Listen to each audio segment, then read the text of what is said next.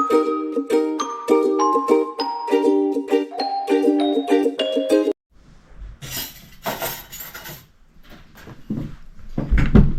a day. Magda-dumpster tayo ngayon. Moy! Pero, bago tayo pumunta doon, ako muna ay kakain. Hindi tayo nagmamadali ngayon umuwi kasi si Nixo at si Pars natin nasa bahay lang.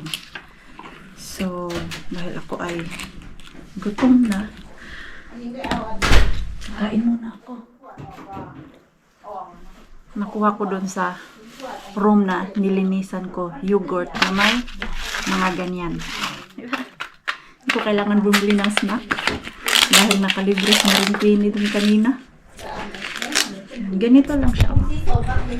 Ayan. Tapos imimix natin siya. Ay! Diyan. Medyo matamis kasi to eh. Ano ba flavor nito? Mga berries. So, ako muna ay kakain at gugura na ako maya-maya. Mabigat na naman yung aking packbag dahil yung beer dun ba, wala mang kumukuha. Hindi, kumuha na naman ako. Tapos nung makita ko ng ka-workmate ko, tinanong ko sila, ayaw nyo kumuha dito? Bahala kayo, uwi ko to. Meron pang natira dun 10 pieces yata. Day off ko man bukas. Day off ko kasi 3 days. So, pagbalik ko, wala pa yun dun. Ay, uwi ko talaga yung 10 pieces sa bahay dahil pag hindi nila yun kukunin, yung ka-workmate namin na ano namin dyan ba, parang boss na din. Siya yung leader namin dyan. Gumagawa lahat ng mga schedule namin, nag-check kung ano yung kulang. Hindi ko alam ano tawag dyan. Pero ang tawag namin sa kanya dito sa Finland is Ohjaaja. I don't know sa English. So, pag hindi yun nila iuwi sa bahay, itatapon niya. Sayang! Mahal lang beer. Yung Pars natin. Gustong gusto yan. So, diretso na ako sa ating Mr. Bean. Buti na lang, meron akong nakuha doon na yogurt sa room na nilinisan ko. Nakasnacks Maringquini. Diyan ka lang sa baba kasi mabigat yung bag. Pag ilagay ko siya dito sa upuan, mag-iingay yung sasakyan. Okay. Day off natin bukas sa hotel. Pero may customer si Maringquini. Okay. So, ano na? Dito na naman tayo. Magpapakaba na. Magpakaba na naman si Maringquini sa inyo. Yan. Kailan kaya matapos tong kanilang parking area dito? Parang may stop dun sa taas. Wala. Safe tayo. Paano kaya pag may lumabas na stop ba? And then, mahuli nila ako. Tatanungin nila ako, anong ginagawa mo dyan? Tapos naman yung kanilang parking lot. Hindi naman makadaan dito sa taas. Bisita ako kay Mr. Bean. Ano kaya magandang rason? Gaya nito ba oh? Hindi man tayo makadaan dyan kasi close man yung kanilang area dyan banda. So na-imagine ko lang kung may staff dyan. Ano yung rason ko? May staff ba? Wala naman. Okay. Safe naman. Wala. Ayun. Safe tayo. Arangkada.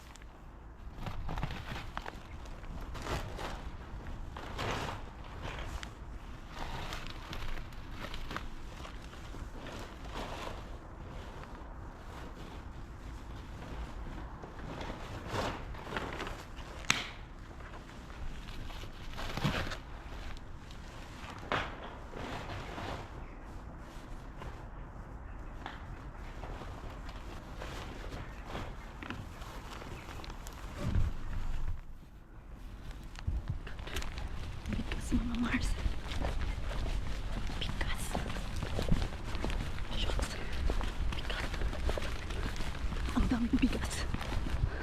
Oh my God. Ang daming bigas.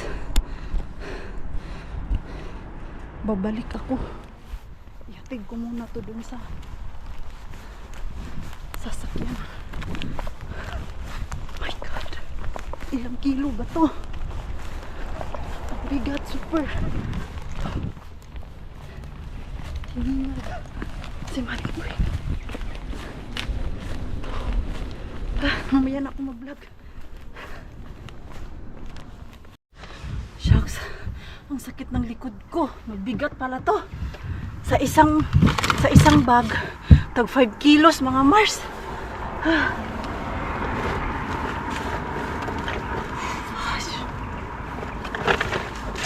Ay, Jesus.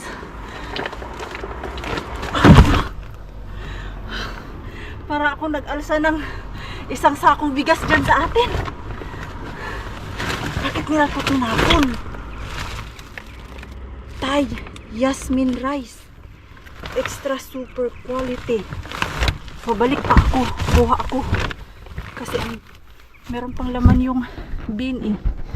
Kunin ko yun. Oh my God. Ang dami. Shucks. Oh. Hindi ko to siya kaya. Isahin. Inalasa ko. Pag alsa ko kanina, akala ko magaan. Shucks. Sakit yung likod ko. Mali yung aking alsa. Inom muna ako ng tubig. Pabalik ako.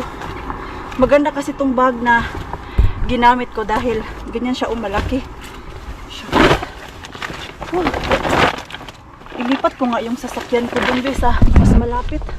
Nahirapan kasi ako mag-alsa eh. Diyos ko po. Nalata na yung mga gulay doon ni Mr. Bean. Saglit ha. Okay na. May rice naman ako. Dahil rice is life. Sana yung tubig ko. Sana may laman pa to. Try yung aking throat.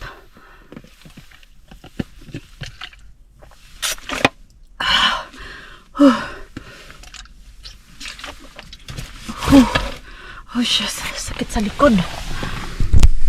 Okay. Balik tayo dun. Pero dun ko na i-park yung aking sasakyan. Oh, dun. Meron pa palang bakante dun. Dahil nahihirapan si Maring Queenie sa kalisod. Okay. Tara. Grabe hingal ko. Sa bigat ba naman tuwing... Okay. Dito tayo mag-park. Sa mas malapit. Okay. Kunti na lang yung naiwan doon eh. Kukuha pa ako. Ayan.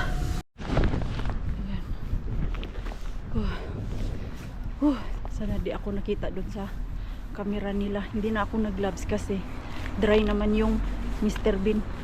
Yung ibang bin doon. Ano? Mga lata.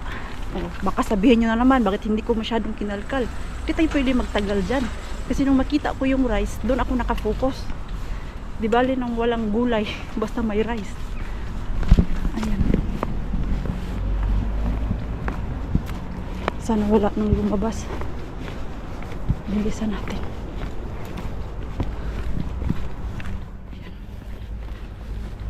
So, ready ko muna yung aking bag para pagdating ko ay diretso na ako. Hinihingal pa si Maring Queenie niyo at yung katawan ko ay nanginginig pa sa bigat nung inalsa ko.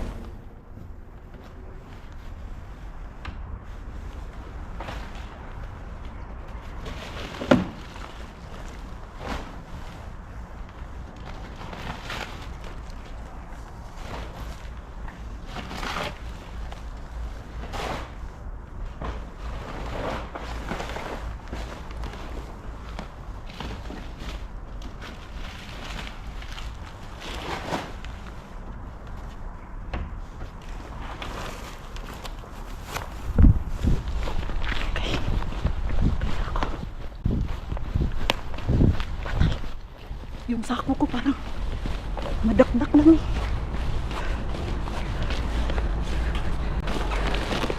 Oh my God. Yung sako parang nahuhulog na.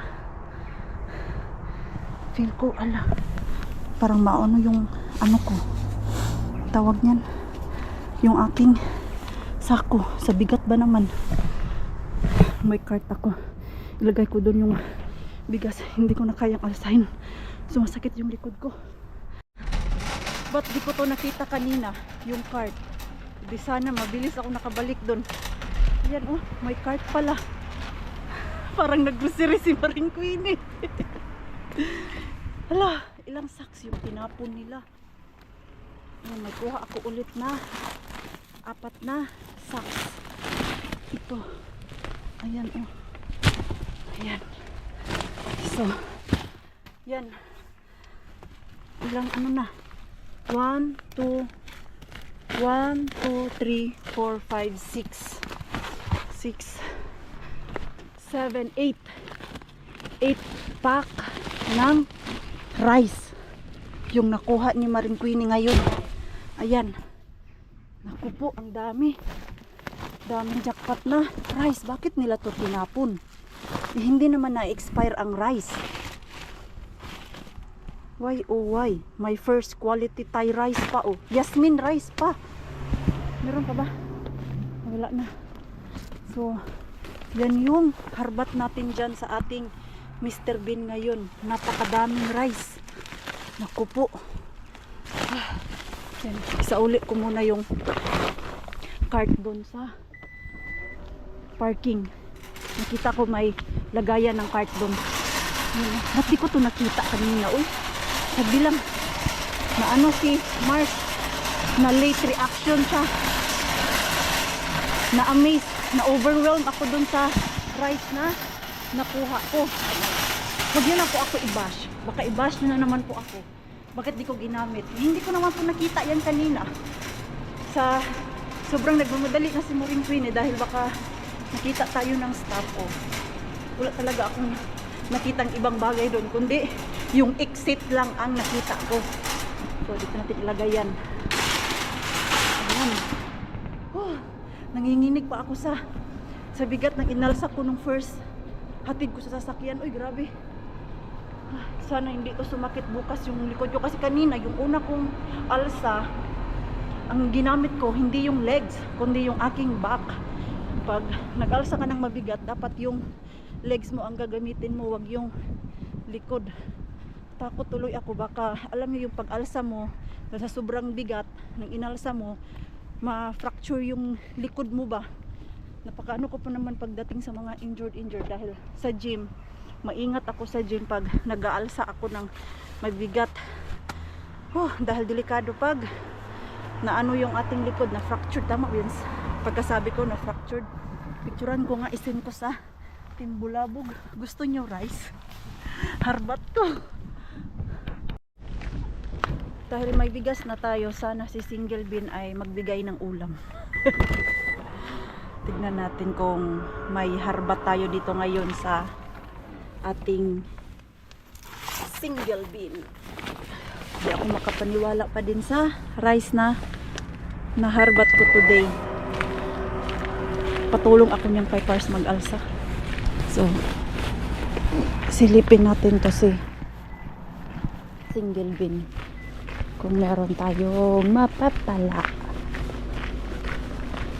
Ayan. Let's go. Dandaradan. Peekaboo. Ay, walay. Lata. Lata. Literal basura. Same na rin. Walang ulam. Mag-ulam ka na lang ng tuyo, Mars. Dahil puro rice ang harbat natin today. Nagdadaan pala ako sa Tokmani. Hindi ko pa nabili yung oven foam cleaner. Bukas may customer na tayo, hindi pa nabili ni Maring Queenie Dahil laging busy. Ay, kahapon pala, pumunta pala tayo ng Tukmani. Nawala sa isip ko. Ngayon ko lang naalala. Ay, nako. Tigols na ang inyong Maring Queenie. Walay na walay.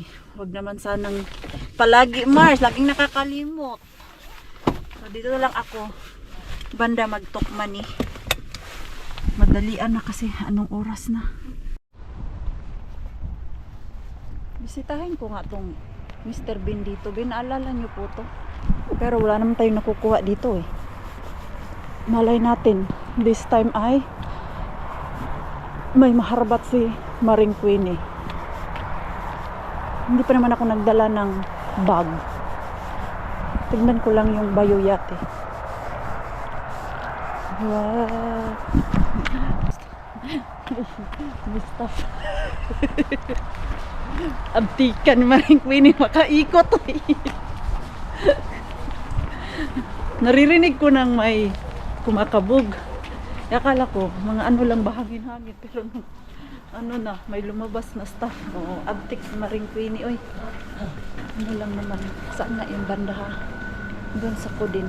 Ayan, bilhin ko lang yung kailangan ko dito. Tinawagan ko si Pars, sabi ko nakakuha ako ng bigas at kailangan mo ako tulungan dahil madami. So 40 kilos pala lahat yung mga Mars and Pars, kasi 8 sacks na bigas, tapos tag 5 kilo ang laman, o 40 kilo yung inalsa ni Maring Queenie nyo. Yeah, no wonder na napagod si Maring Queenie. Ay, sakit yung aking likod. Asan yan? Banda, hindi naman dito. Doon siguro yun sa kabila. Baliktad dahil dito pala. Oh, yan, mga ano pala yung sa kabila, yung gamit pang ano ba, pang mga screw, ganon. Dito pala yan. Oh, yan, dito sa Podestos ay ni tayo.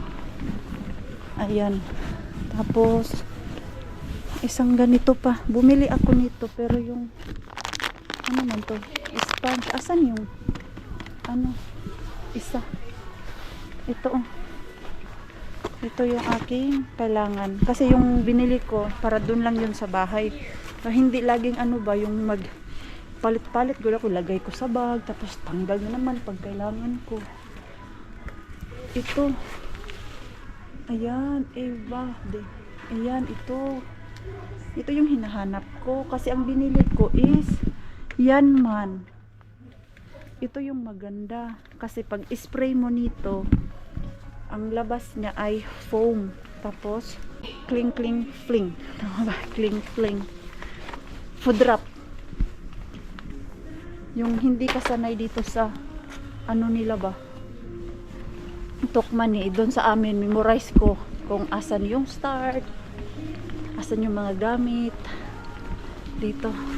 Yan, asan na yun? Tori, kala, ano to? Masyadong malaki. Maliit lang ang kailangan ko. Hey, what happened to your... Oh, there's blood.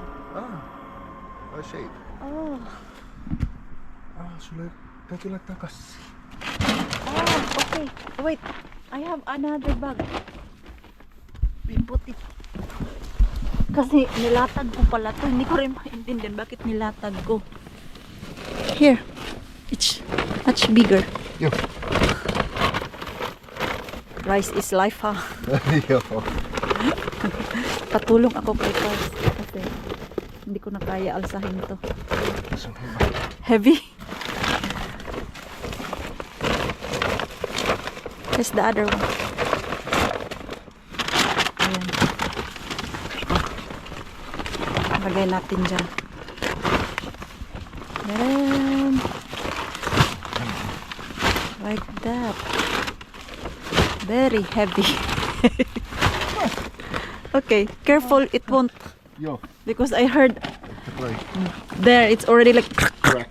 yo. So ayan. I-park ko muna yung aking sasakyan. Mag-gym pa ako mamaya. Pero mamaya na, kakain muna ako ng dinner. So ayun. Easy lang kay Pars alsahin. 40 kilos yun. Hanggang ngayon, nanginginig pa yung aking katawan sa pag-alsa nung mga bigas. For the first time, nag-alsa si Maring Queenie ng 40 kilos. Galing doon kay Mr. Bean. I just need rice. Let's cook rice. Because I'm hungry. Okay, you can. Let's try. Cook rice. Let's try What do that. you want with rice? No, we still have that. Angka. Ah, yeah, duck. Yo, the duck. Duck. Okay. Where is the cattle? Where is the cattle? Which cattle do you mean? Cattle. It's there. It's supposed to be there. No, the small one. It's Here. supposed to be there. No, it's fine this. Right. Wala kasi kaming rice cooker dahil minsan lang naman kami nagluluto ng rice. I give some of it to Banta. Of course you can. We can't eat 40 kilos no, of no, no, no, rice. no, no. Yo, give some to We have 1 kilo there instead. Yeah. Yeah. We were like already 3 months, not 1 kilo. True. So, True. ito. Ha ha ha. Let's try. As in, ano talaga siya? Yan oh. Naka-socks. Alam niyo po, nung kinukuha ko, yung hinaharbat ko siya dun sa bin, hindi ko siya maramdaman na 5 kilos. Hindi ko naman binasa ilang kilo to. Pero, nung bago ko siya kunin, binasa ko muna kung ano siya eh. Kasi kung bigla-bigla ko na lang ilagay lahat dun sa, sa bag ko, tapos, paano pala, like, pagkain ng aso, sa ko naman bibigay yung pagkain ng aso, eh, kung dun layan eh, meron naman silang ibang pinapakain sa dog nila. Hindi naman lahat ng brand kinakain ng aso. So, nung binasa ko, rice, ay nako, kinuha ko agad, uy. Kaya natagalan si Maring Queenie doon kanina. Ito, mabilis lang naman ko siya lutuin. Tikman natin agad yung rice. Kasi nakalagay dito, number 1 quality daw. Okay, hala. Let's try. Paano mo to? Kaano talaga siya, oh. Ganyan lang pala. Yung parang same talaga sa atin na pagkaano ba. Kasi made in Thai yata to eh. Product of Thailand. Ayan, product of Thailand siya. Ayan, may ganito pa nakalagay, oh. Ay, hindi pa pala yung bukas. Akala ko bukas na. Hindi ka matagal-tagal na ako hindi nagbukas ng bigas sa sako. Alam ba yung last? I don't remember. Already 9 years ago sa Pilipinas pa. Ano mo siya buksan? Hi, Mixo! Goodness. Paano man to? Kasi yung una, nabuksan ko man. Okay, ready na yan? Kasi kanina hinila ko lang siya. Tapos, ayan, ready na. Baliktad siguro. Ay, sus. Yung gutom ka na, pinapa-struggle ka pa, hindi pa mabuksan. Ay, naku po. Paano na? To. Yung isa kanina, mabilis ko lang siya na nabuksan. E, pag dito ko naman hilahin, sumisikip. Sus. Pinapahirapan tayo ng bigas. Mahirapan na nga ako harbatin to kasi sobrang bigat. Pati ba naman pag bukas, mahirapan sa kalisod si Marie. Bango? Bango ng rice? Unbelievable. Bakit nila tinapon to? Diyos ko, sa atin, bawal magtapon ng bigas. Ang mahal. Wala naman siyang Hindi naman na-expire yung rice. Bakit naman to na Diyos ko, bigas yan. Sa atin, mahal ang bigas. Sain tayo ng isang cup. Ayan, try lang natin. Bango kayo. Sila, kinapon lang nila. Nice! Rice. It's Yasmin. Yeah. It's what you like. Yeah, Yasmin rice. Ibaba muna to kasi mabigat siya. Lagay natin dun sa may storage room. Ayan. Dito kanina yung sumakit kasi nung paalis na ako, instead na dapat ganyan ang aking position, ginanyan ko man yung aking, ganyan man yung aking position, ganyan, hindi. Nung parang na-shock yung likod ko ba, buti na lang talaga, hindi na, ano ba, alam niyo yung sumakit talaga na nabali. Uy, Diyos ko, na-imagine ko yung sarili ko na parang na lang pag natuluyan yun. Ay, naku, wag naman sana, Lord. Kasi nabigla ako ba, ginanyan ko siya, oh. Ganyan, Diyos ko, diretso, diretso sa Maringguini, dapat yung legs ko ang ginamit ko. Naku po naman, delikado. Mabigat siya. Ayan, ito. Ayan, ganyan kasi siya. Mabigat nga. So, maliban pala dyan, ay nakuha din ako mga seasonings.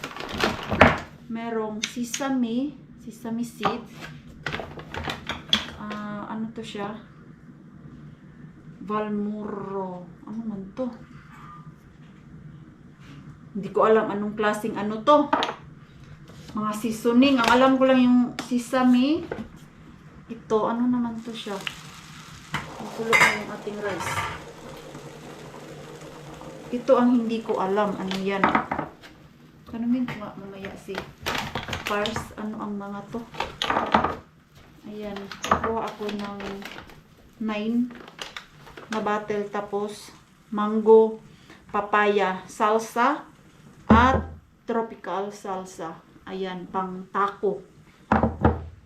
Wala na, yun na yung halbat natin for today. Ayan, wala mo, bango talaga yung rice ay.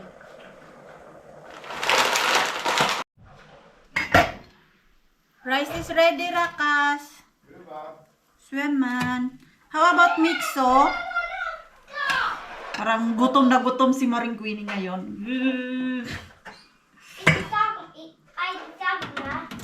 Ay, Mita, do you want rice? Kana? Angka. Yes, I can warm yours. Ito kasing nilagay ko sa Tupperware para sa amin ay ano yan siya, maanghang. Tapos ito naglagay sa plato lang na hindi maanghang. Baka gusto ng ating mix. So, ayan yung ating ulam. Yung adobong duck pa galing doon kay Yani. So, ito yung aking dadalhin pag lumuwas ako ng city. Tag-isa sila. Kay Mel, kay Mami Jazz, kay Ate Chris, kay Ate Jen, at kay Ate Julie. Ayan, tag-isa. So, bali 3 sacks na lang ang natira sa amin. Lahat ay 15 kilos. Ayan, sa kanila lang yung 5. Kasi hindi rin namin yan mauubos eh. Get your... Miksi haluan Yes. ka. Halwa ang... Sulla on lautanen. Yo, Eli I have not... mulla ja miksu. Yo. Because I don't know. Do you want rice or no? Rice. Rice. Rice. Mainit na ba? Rallalla. Mainit na ba? Of course rice. Now we have plenty of rice. Now I need to start eating rice. Hey, do you know that now it's more tasty when it's been there in ref? Joo. Minä uskon, joo. You have yours. Wait. Kain muna tayo. I'm gonna get my iPad, okay? We eat. No more iPad. We eat together. Just Bye! come here na. Kain muna tayo. Okay. Taas tollanen miksulle. Kaya lang, wala ng sabaw. Kunti lang yung nilagay kong sabaw. Ako ng kape, tapos naisipan ko lagyan ng gatas. Peak milk powder. Pinatikim ko kay Mixo. Nagustuhan niya. That's how they wacko. Tasty? Yeah, tasty. Diyos ko. Naalala ko Ano dati. ba to? Naalala ko dati nung maliit pa kami at yung Bear Brand, di ba dati medyo mahal siya. So, panakaw-nakaw kami nung dati na ganito lang ba? Ganito kinakain o di kaya nilalagay sa rice. Diba? You eat first the rice. Then, I will give you. Masarap naman to siya. Wala namang sugar to.